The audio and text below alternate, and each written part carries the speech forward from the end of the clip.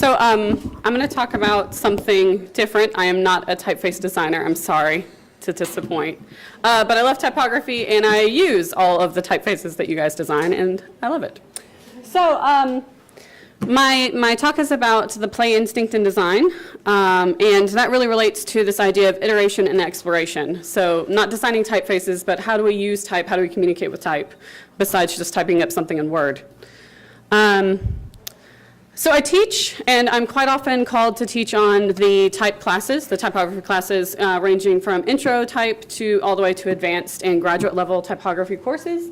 And intro to type courses are really challenging to teach because students want to make good work, but once they stop drawing and sketching by hand, there's a big gap there. So I think I realized this because design is a process and not necessarily a product. And that's really apparent in my work, and so they usually stalk me, and I'm just going to go through some quick images so you kind of know what I do. And you can stalk me too on the internet. But I do a lot of analog materiality exploration in typography.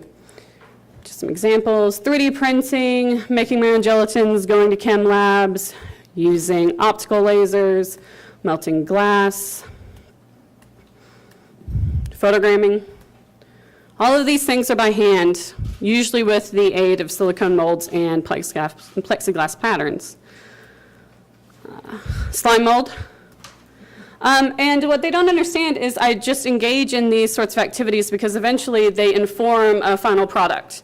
So the process does eventually become something that they can call design or whatever they want. But it's really bright in here, but can you guys see like sort of a halo of an H right there in pink? Probably not at all, I'm sorry. But there's a halo there, sorry. And that halo turned into this, which is a 16-foot installation. And that's wind that you're hearing making the surface ripple. So pink is hitting the board and bouncing back, so all that you see is white on the front. And if that doesn't make any sense because it's hard to see up here, stalk me on the internet. But anyways, and from this disconnect of students seeing what I'm doing and then looking at what I'm trying to teach them and thinking that I'm trying to make them do lame things, I realized that there are some solid student misconceptions. The first is that they think the computer is graphic design or typographic composition design, that if it's not made on the computer, it's not relevant and it doesn't matter. Communication is illustration. So the second I get into type 1 and I tell them that they can't form their letter forms into the shape of a dog, their minds are blown and they don't really like me very much, right? So what are they supposed to do if they can't just make it into a picture?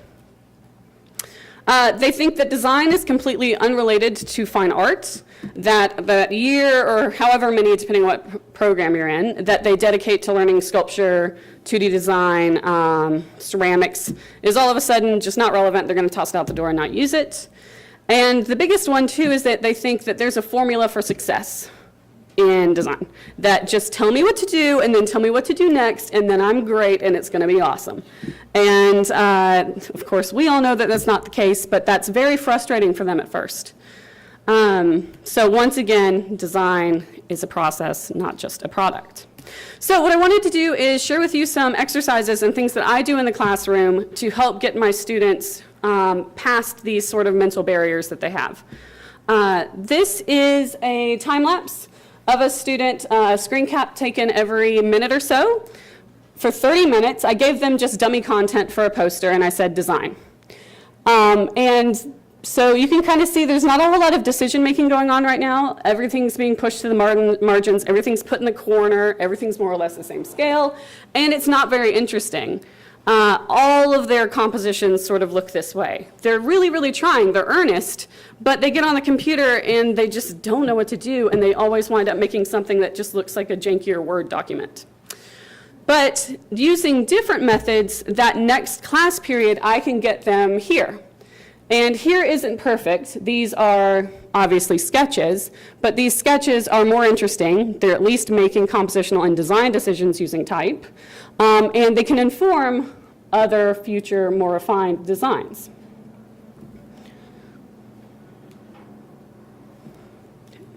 So each of these compositions is about this big, and they got to make them in about 12 minutes. So 12 minutes by me pushing them versus 30 minutes on the computer. Both not perfect, but it helps them get someplace. So a common exercise that I'll do is I'll have them do collaborative typographic collages. So to prep, you need to create a packet of poster content in different typefaces, styles, sizes, weights, colors, whatever you would like. Abstract patterns, no imagery, right? Because we're not going to draw a dog, we're going to use type. Then you're going to cut index cards down to poster proportions. Working small is really important, so working intuitively and quickly, which is the point of this exercise. And then you'll prompt students to help you create a list of tools, materials, verbs, instructions, embracing the crazy all the way to the impractical. And I don't tell them what they're making these lists for so they can go ahead and predetermine what they're going to do. I just say, let's start making lists. Some examples are up here. Tools can be sandpaper, projectors, flashlights, X-Actos. Materials can be things that are not the computer. Verbs, score, fold, weave, burn, dissolve. And then we also come up with some fun things like doing something blindfolded or with one hand tied behind your back or with your non-dominant hand. Time. I always come up with time constraints. I usually do this in terms of seconds or minutes or number of songs. And songs is actually a great way to do this because they will know the song and they'll kind of know when their time's almost up because they know what it is. Whereas if you're just counting down, they'll lose a sense of time. And then they will collect tools and materials, and I will as well. But they will not use their computer. You take all of these verbs and lists that you have, you string them into an order. You have lots and lots of these, you print them out, you shuffle that deck up, or you cut them apart and you put them in a hat and they become random. And as you work students through the exercises, you're just randomly going to pull through the hat. And whatever it says that you have to do, you have to do. Sometimes as the teacher, I'll take prerogative and step in if something's like not going to make sense at the point that they're at. And I decide when the collages are done. But for example, this is one that happened just a couple of weeks ago. They select a large E from the content packet, and using an X-Acto and ruler, they cut the E in 12 to 15 pieces in 2 minutes. So they have to make decisions. They can't just stare at the piece of paper and nudge things around just like they would on the computer. They have to act. Then they're going to switch seats with a classmate. They're going to throw away 5 to 7 of the pieces and then return to their seat, all in 30 seconds, making fast, intuitive decisions. Then using the remaining pieces, they're going to create a pleasing composition. They're not going to recreate the E. So they're not making the puzzle but missing pieces. They're using type as form, at least in the beginning. And they get 2 minutes to do this to glue it down and finish up the assignment. So I know this sounds kind of confusing, but we start off simply. We start off with just letter forms, and we talk about manipulating letter forms just for the sake of form.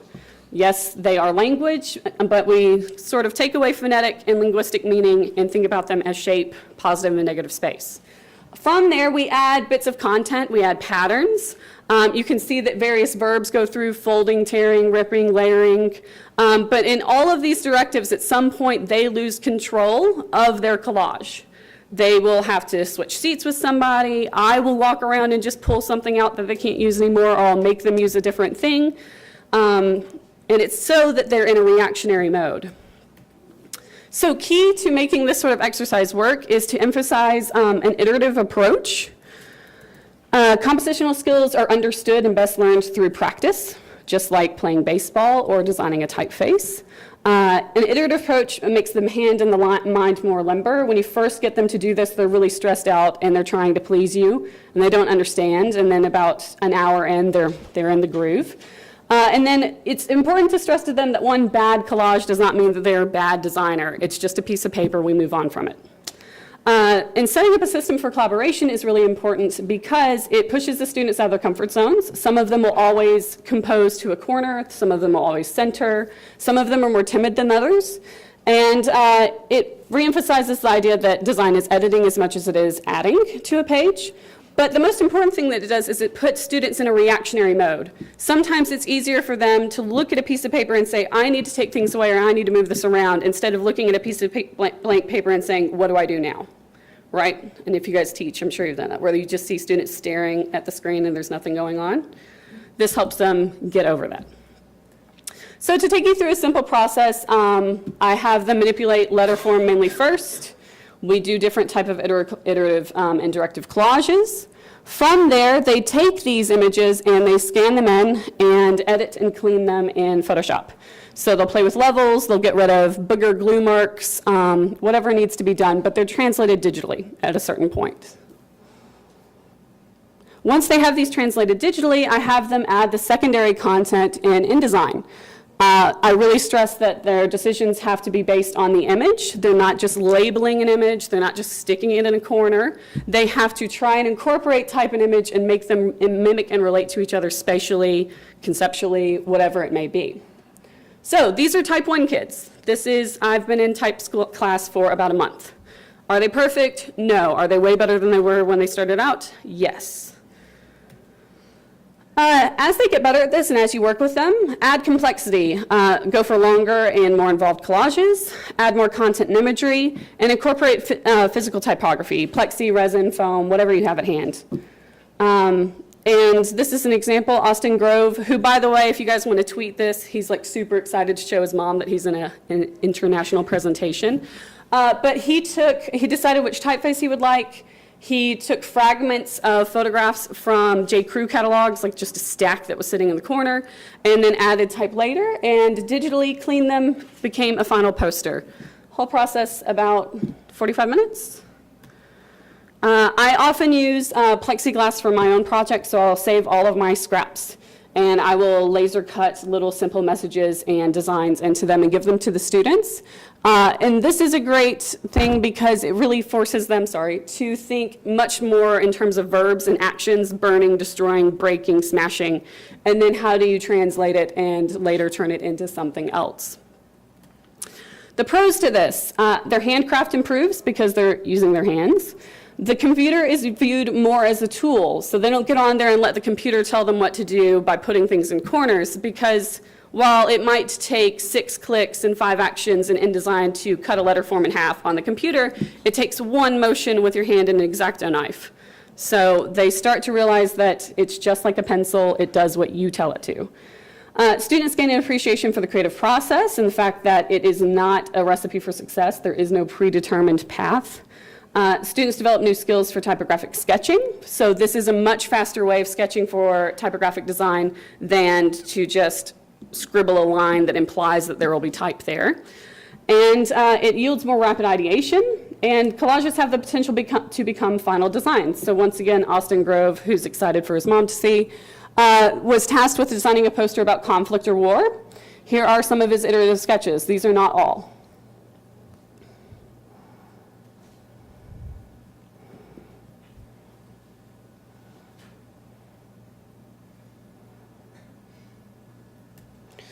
And what's exciting about this is that the final poster, this actually is in Italy right now, retains a lot of the collage. So he cleaned it up and he added some type digitally and maybe moved things around a little bit, but the collage actually came to be the final outcome. The final project I give in type 1 is that the students have to select a poet and design a series of 3 posters for said poet, just using type or image very sparingly. This is Amy Carmichael by Ade Ephraim. Lorianna Livingston for Emily Dickinson.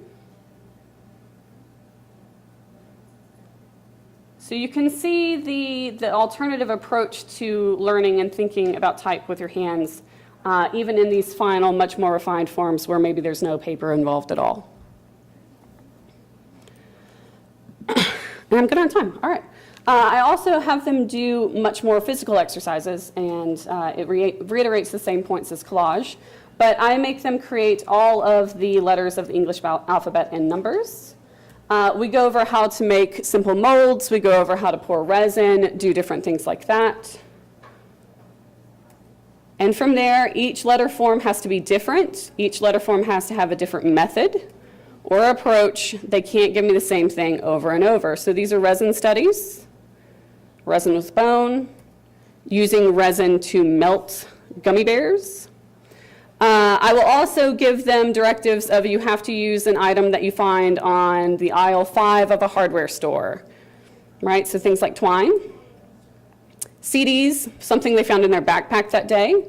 Sometimes I just say paper, but not like I would expect it. weaving. I'm sorry, that twine one got out of order. There's the twine now as a no.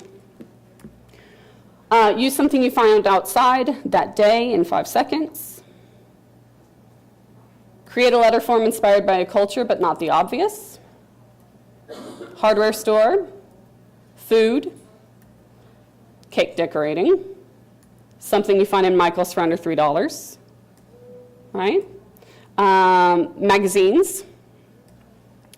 Create letter forms using shadow. Create letter forms out of organic.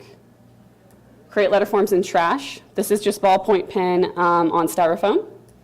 Using light. Create something that gets destroyed. Manipulate an element of Illustrator. And then we also engage in animated GIFs, so type that changes and morphs. This is just baking soda and vinegar, back to 3rd grade.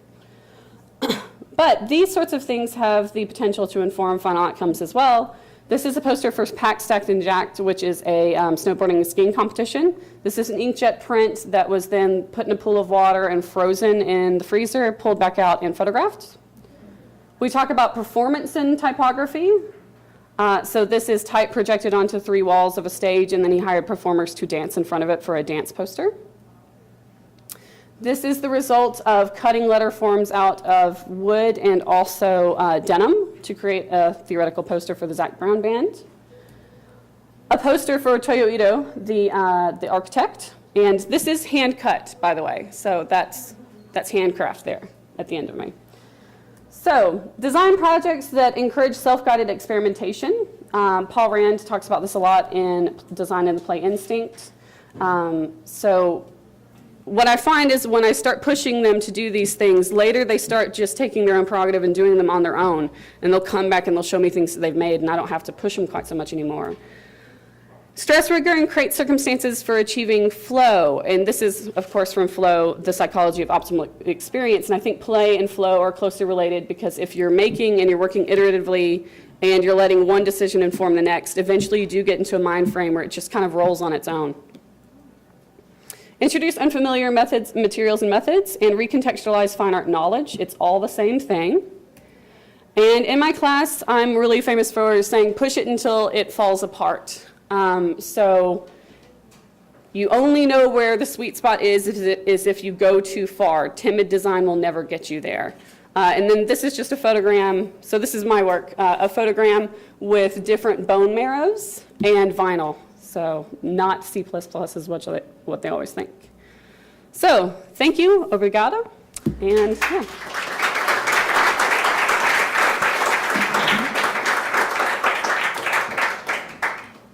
Thank you very much. Apart from the obvious question, whose bones? Oh, animal bone marrow, just like gelatin that you eat. It's a nice presentation, thank you.